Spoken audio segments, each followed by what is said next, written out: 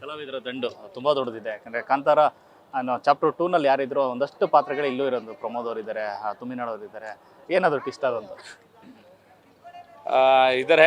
ಅವ್ರು ಅದನ್ನು ಸಿನಿಮಾ ನೋಡಿದಾಗ ನಿಮ್ಗೆ ಗೊತ್ತಾಗತ್ತೆ ಏನಕ್ಕಿದ್ದಾರೆ ಏನಿತ್ತು ಅಂತ. ಮತ್ತು ಎಲ್ಲರೂ ಅದು ನೋಡಿ ಎಲ್ಲರೂ ನಮ್ಮ ನಾಟಕ ರಂಗದಿಂದ ಬಂದಿರೋಂಥವ್ರು, ರಂಗಭೂಮಿ ಕಲಾವಿದರುಗಳಾಗಲಿ ಮತ್ತು ಎಲ್ಲ ನಮ್ಮ ಕನ್ನಡ ಪ್ರತಿಭೆಗಳನ್ನೇ ಅವರು ಜಾಸ್ತಿ ಒತ್ತು ಕೊಟ್ಟಿದ್ದಾರೆ. ಎಲ್ಲೋ ಒಂದು ಪ್ಯಾನ್ ಇಂಡಿಯಾ ಅಂತ ಅವರು ಯಾವತ್ತೂ ಮೈಂಡಲ್ಲಿ ಇಟ್ಕೊಂಡು ಸಿನಿಮಾ ಮಾಡಿಲ್ಲ. ಬಟ್ ಅದು ಪ್ಯಾನ್ ಇಂಡಿಯಾ ಆಗತ್ತೆ ಅವ್ರ ಸಿನಿಮಾ ಆದಮೇಲೆ ಅದು ಆಗುವಂಥದ್ದು. ಸೊ ಆ ಥರದ್ರಲ್ಲಿ ಅವರು ಜಾಸ್ತಿ ಒತ್ತು ಕೊಡೋದು ನಮ್ಮ ಕತೆಗೆ ಏನು ಬೇಕು, ನಮ್ಮ ಕತೆಗೆ ಬೇಕಾಗಿರೋಂಥ ನಟರನ್ನೇ ಅವ್ರು ಜಾಸ್ತಿ ಕರ್ಕೊಂಡು ಬಂದು ನಟನೆ ಮಾಡಿಸಿದ್ದಾರೆ. ಇನ್ನೊಂದು ಸರ್ಪ್ರೈಸ್ ಅಂದರೆ ಜಯರಾಮ್ ಅವರ ಎಂಟ್ರಿ ಸಿನಿಮಾಗೆ.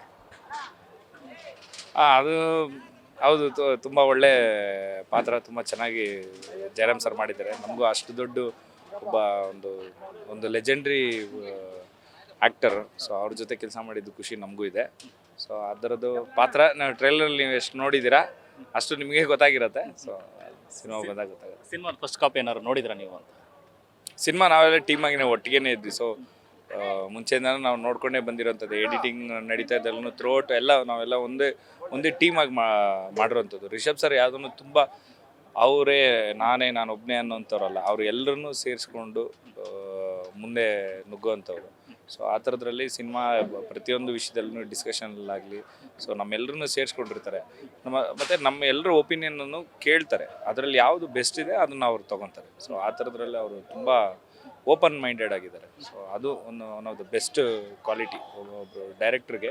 ಸೊ ಫಸ್ಟು ಹೇಳೋದು, ಯಾರನ್ನ ಒಬ್ರು ನಾವು ಹೇಳ್ತಾ ಇದ್ದೀವಿ ಅಂತಂದರೆ ಅದನ್ನು ಕೇಳ್ತಾರೆ. ಕೇಳಿ ಅದರಲ್ಲಿ ನಮ್ದು ಯಾವ್ದನ್ನ ಸರಿ ಇದೆ ಅಂತ ಅನಿಸಿದಾಗ ಅವ್ರು ಅದನ್ನು ತೊಗೊತಾರೆ. ಕಾಂತಾರ ಚಾಪ್ಟರ್ 2ನಲ್ಲಿ ಲಾಸ್ಟ್ 20 ಮಿನಿಟ್ಸ್ ಏನಿದೆ, ಇದು ದೇವರನ್ನೇ ಧರೆಗಿಳಿಸೋ ರೀತಿ ಒಂದು ಫೀಲ್ ಕೊಟ್ಟಂಥ ಸಿನಿಮಾ. ಥಿಯೇಟ್ರ್ ಅಂದರೆ ಸಿನಿಮಾ ಮುಗಿತಾನೆ ಇಲ್ಲಿ ಕೂತಿದ್ದವರೆಲ್ಲ ಎದ್ದು ಚಪ್ಪಾಳೆ ಹೊಡ್ತಾರೆ ಅಥವಾ ಕೈ ಮುಗಿತಾರೆ ಸ್ಕ್ರೀನ್ಗೆ, ಆ ಥರದ ಒಂದು ಸಂದರ್ಭ. ಸೊ ಇದರಲ್ಲೂ ಕೂಡ ಅದು ಕಂಟಿನ್ಯೂ ಆಗುತ್ತಾ ಅಂತ ಕ್ಲೈಮ್ಯಾಕ್ಸ್? ಅದು ಇವಾಗ ನನಗೆ ಗೊತ್ತಿಲ್ಲ ಅದು ಹೆಂಗೆ ಏನು ಅನಿಸುತ್ತೆ ಆಡಿಯನ್ಸ್ಗೆ, ಏನು ಇತ್ತ ಅಂತ. ಸೊ ಅದನ್ನ ಸಿನಿಮಾ ನಾನು ಕಾಯ್ತಾ ಇದ್ದೀನಿ ಜನ ಹೆಂಗೆ ರೆಸ್ಪಾಂಡ್ ಮಾಡ್ತಾರೆ ಅಂತ ಅಂದ್ಬಿಟ್ಟು. ಮತ್ತು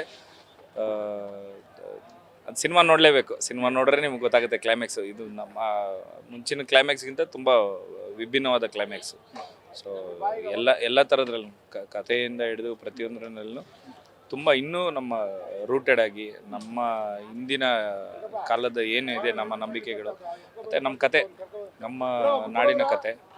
ಸೊ ಆ ಥರದ್ರ ಮೇಲೇ ಅವ್ರು ಜರ್ನಿ ಮಾಡಿದ್ದಾರೆ. White and watch.